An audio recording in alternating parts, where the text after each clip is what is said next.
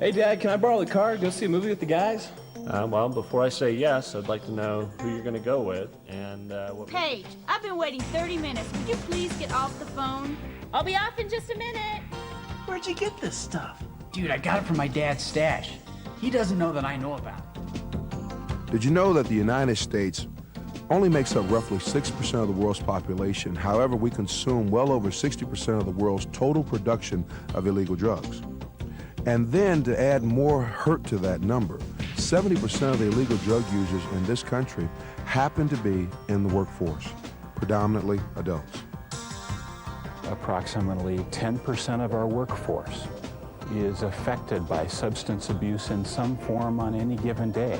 When everybody's doing it around you, it becomes the norm. You're no longer the exception. You don't seem out of place. I worked around money all the time when I was using. And if I didn't have the money to afford my habit, then I would steal from the companies that I worked for.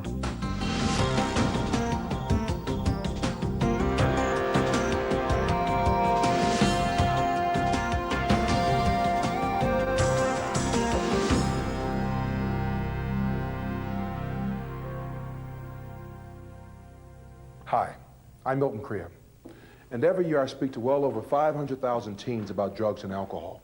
And in the 10 years that I've been doing this, the biggest surprise has been how often young people come up to me after programs, or they write me and talk about how their parents or other significant adults in their lives are using drugs. You know, going through life is like walking through a long hallway of doors like this one that lead in many very different directions.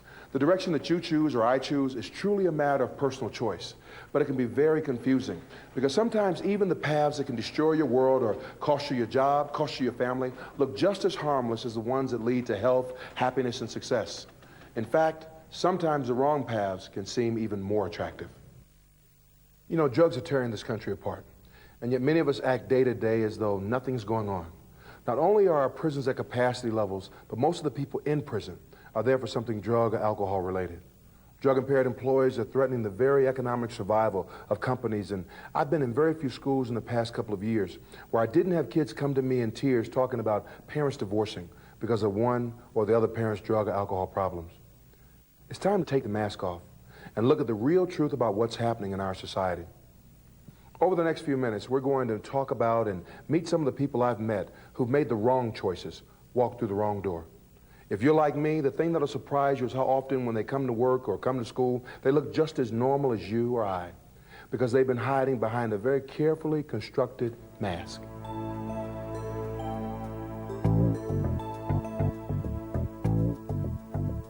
You live in two worlds. When I would leave work, I would go into my other world, my fantasy world, the nightlife world, the restaurant, bar world, etc.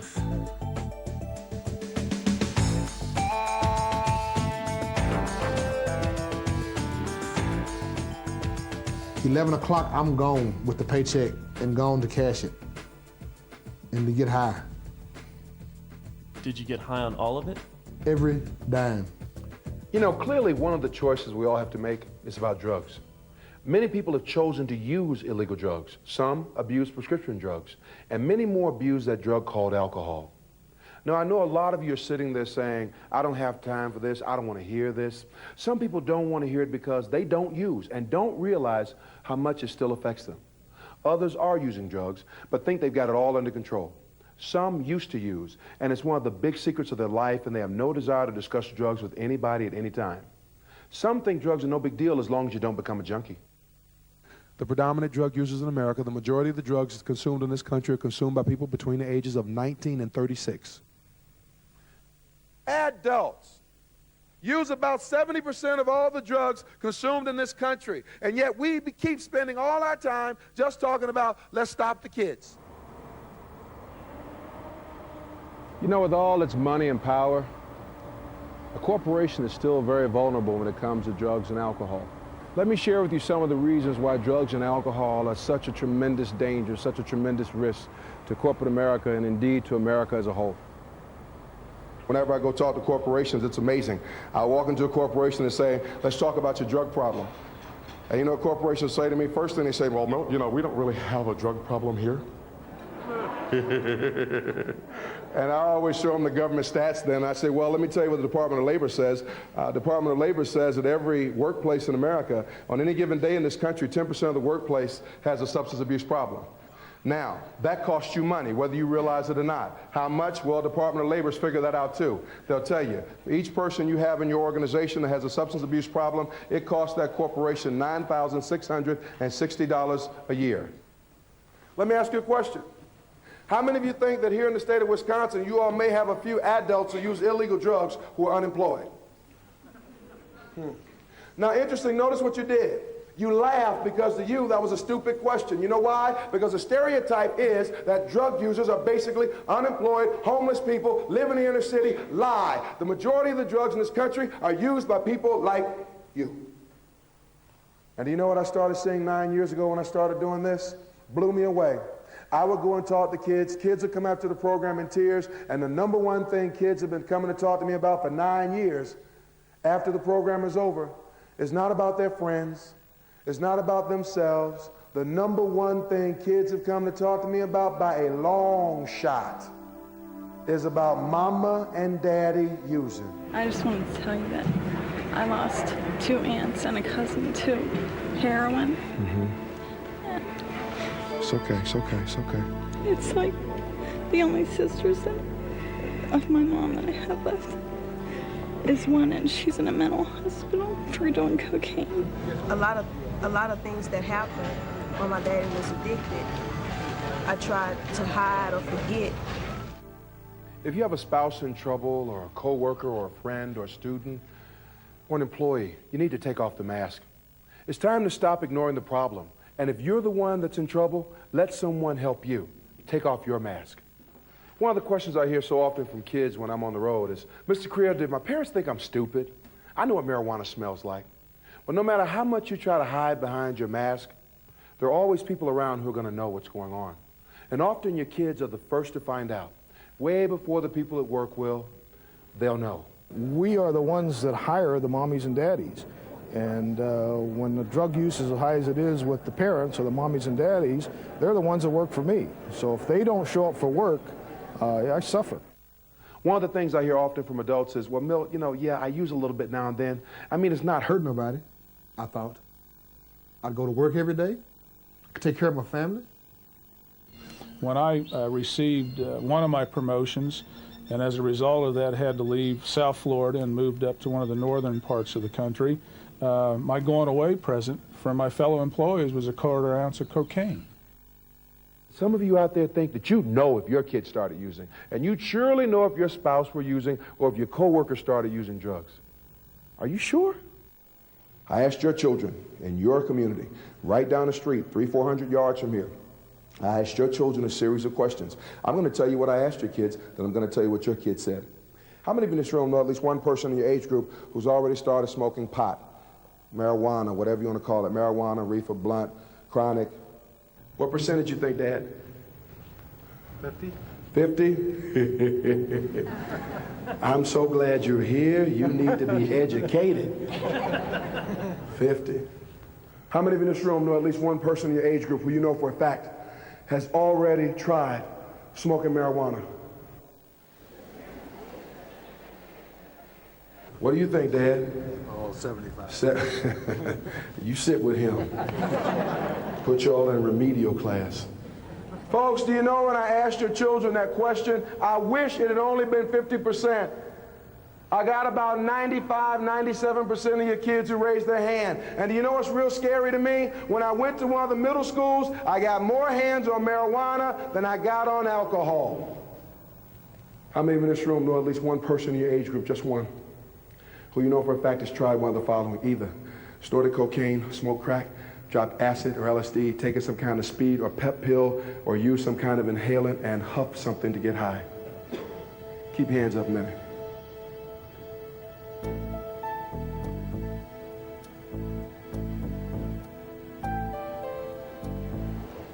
I come into a school like this, I talk about drugs and alcohol. Some of you think no big deal. But you know what I can tell you? 1 out of 4 girls in this room is going to get sexually assaulted or raped before she reaches the age of 35. And the guy who does it to her, in many cases, they will be under the influence of alcohol. And I can tell you, if it happens to one of you young ladies, you're not going to say, at least it's just a little alcohol. There's going to be some pain, some embarrassment, some hurt, something that'll stay forever. And you know what makes it so bad? Some of you in this room, it's already happened to you or somebody in your family. So let me ask you another question. And I apologize because for some of you, this is a painful question. I apologize in advance, but you tell the truth. How many of you in this room have a female in your family, either your mama, one of your sisters, a cousin, an auntie, or a grandma, or one of your real good friends who you know for a fact, you're not guessing, you know for a fact, has already been either sexually assaulted, raped, or beaten by a boyfriend or husband? Y'all keep your hands up a minute. Keep your hands up a minute. Everybody else look around. Y'all look around. Administrators look around. Teachers look around. Those of you who thought this was funny, look around. Y'all look around. There's something wrong with that many of us knowing somebody that's happened to. In our country, there are a lot of people who are on the wrong road. They've made some wrong turns. In fact, our country has made a few wrong turns lately. Over the next few minutes, I'm going to share with you some stories, and you're going to meet some people who are going to share their own stories with you.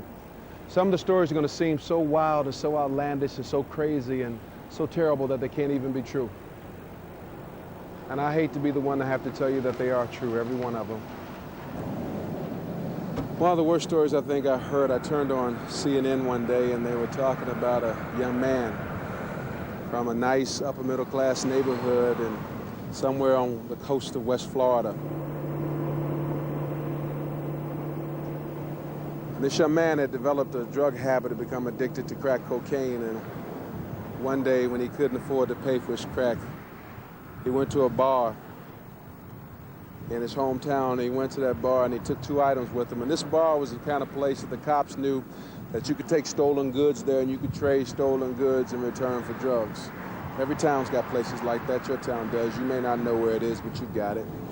But this guy, he took 2 items out of his own apartment. He didn't steal anything from anybody. He took 2 items out of his own apartment to sell for crack cocaine. First item he took a 19-inch Sony color TV set.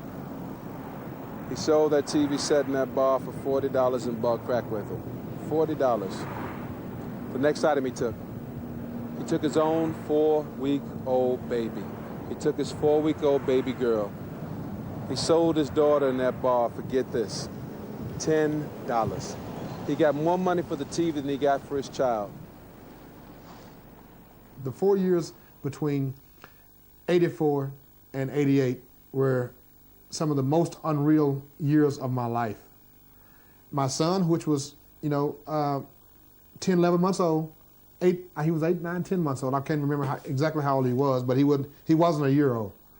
He pulled the iron off. He crawled up and pulled the iron off on him. When I came home, my daughter was holding my little baby boy in her arms, and he had been burned. And so I already knew, just putting him under cold water as soon as it happened. Did he burn himself pretty bad? He had burnt himself on his face and on his arm, and it fell on his chest. And skin was off. Skin was off of him. And she was standing there with him in the door when I walked in. He was crying, and she was crying too. I told him that Chris got burnt with the iron. So he told me just wait a minute, and just to keep Chris quiet. And I'd already scored my dope. So I told her, I said, baby, why don't you just keep him quiet for a few minutes while I go into the bathroom and do this dope. And I had to get that dope in my system. I had to finish that dope because that was the most important thing in my life. As you very well can see, it was more important than my own kid, my own flesh and blood. I had been in to see my boss. I had that not confrontational meeting, but I knew it was closing in on me. I had run out of money. My children were in a terrible state of mind. My wife and I were fighting profusely all the time, screaming, yelling, throwing things. It was a freight train out of control, and I couldn't stop it, and I didn't know what to do with it. I hadn't slept for 3 days. I probably hadn't eaten for 2.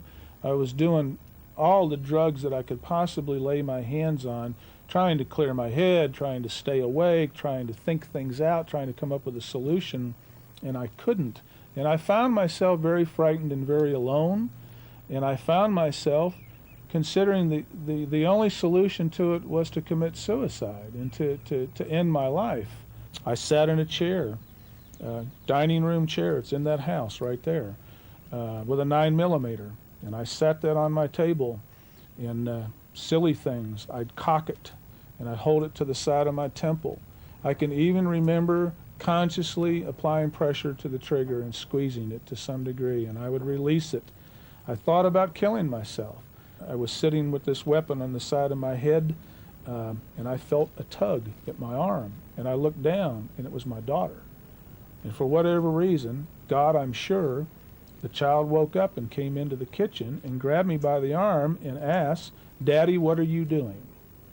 And at that precise moment in my life, I knew I was in trouble, and I needed help, and I was not capable of fixing this. Fortunately for me, the system, the corporation, who had made themselves available to me, and fortunately because a coworker recognized that I was in trouble and was using, had come to me and had given me the encouragement to contact the EAP person in our company. And I had made one initial contact with them and had told them a little bit, not enough to, make any commitments because I was afraid I'd lose my job for them to, and they obviously knew what was going on in my life. They gave me the telephone number of a psychiatrist who was employed by the company, and I had that number in my pocket. And I took my children and I found my wife where she was, and she called that gentleman, and then through a series of circumstances and activities, I ended up in a drug rehab center that night. And that's what led to the beginning of saving my life, quite frankly. I went down to the wonderful little area called Covington, met a cop there, came up to me after the program. He said, "Man, I had the worst bust of my life recently." I said, "What do you mean?" He went on to tell me he just busted a young white female, housewife, mother of 2. She married well, said she was an extremely beautiful young lady.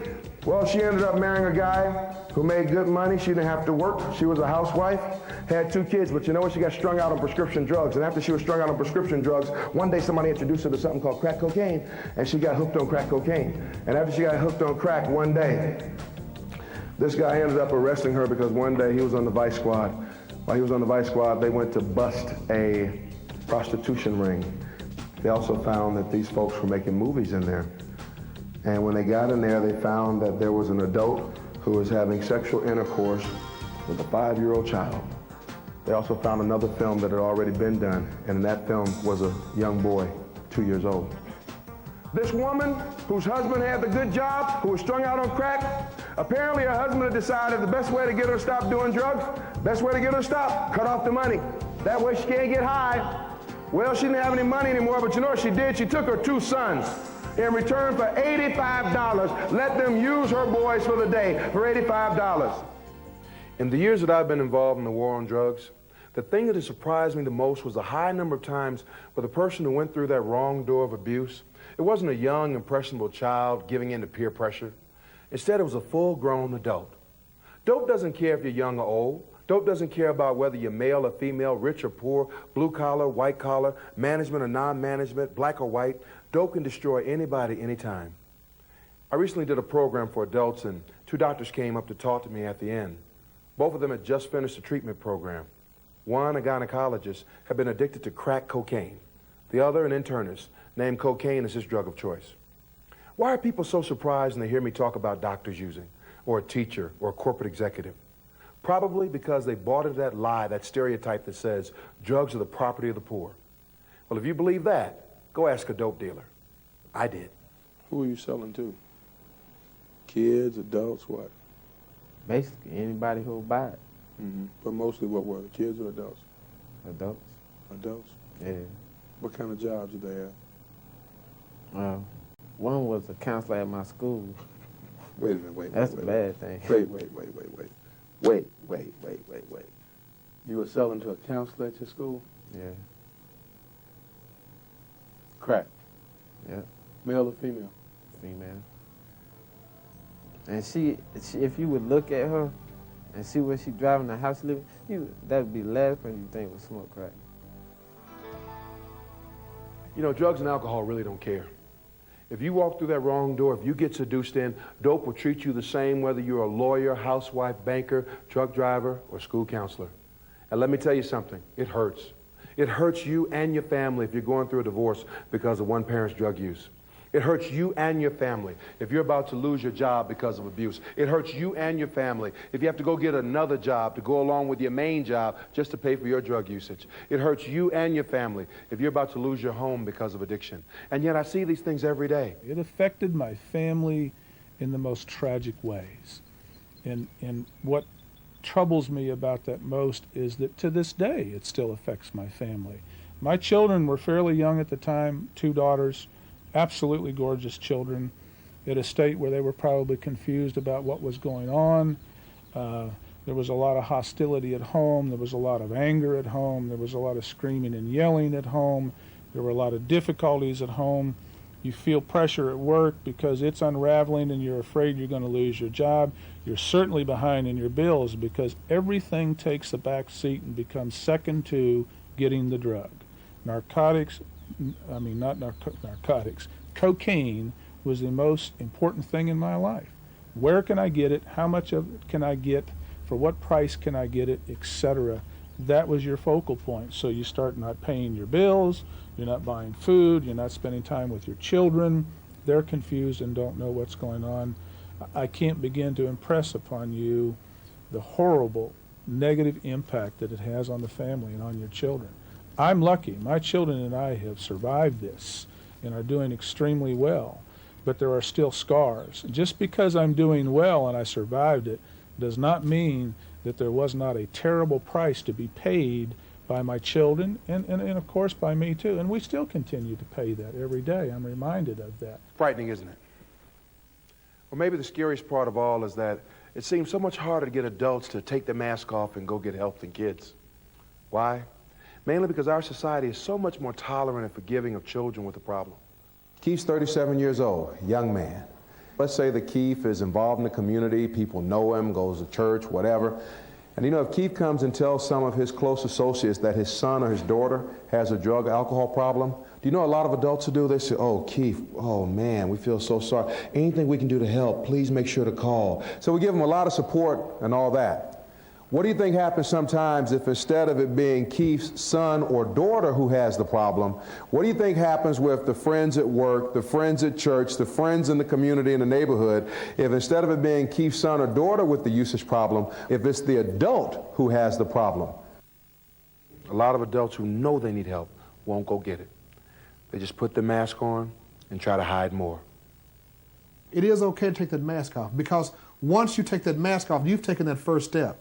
You have admitted that you have a problem and that it needs addressing.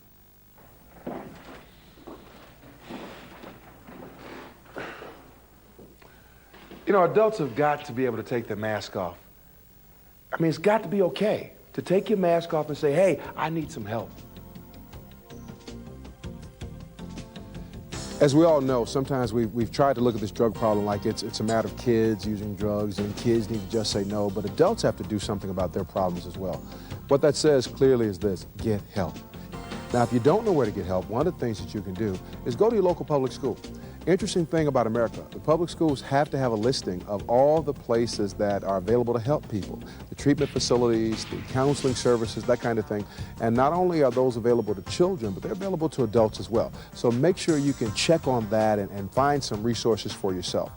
One of the other things that you must do is let's make sure to be honest. Because often when you talk about the drug problem in America, everybody thinks, so long as I'm not an addict, I'm okay. The reality is that if you are a casual user of illegal drugs, you're running a tremendous risk. Understand, casual usage has killed a lot of people in this country. Recreational usage has caused an awful lot of accidents. It caused a lot of on-the-job accidents, accidents at home, can destroy your life. So please, please, please, please, don't sit there and tell yourself, well, I'm not an addict, so I'm okay. That's not true. You're putting your family at risk, you're putting yourself at risk, you're putting your community at risk. So make sure you get some help. I understand it's a little riskier for an adult. People think you may lose your job. People think that your friends and your neighbors may ostracize you. People at church may not want to be around you. But the reality is this problem is so dangerous, so potentially destructive to your family and to your whole way of life that you've got to get help. That doesn't mean tell everybody your business, but it says find some responsible adults that you can trust. Maybe it's your pastor at church. Maybe it's the EAP program at work. Maybe it's your spouse. Maybe it's a brother. Maybe it's your mom. Maybe it's a cousin. But to find someone who can help you, go and get the right help that you need.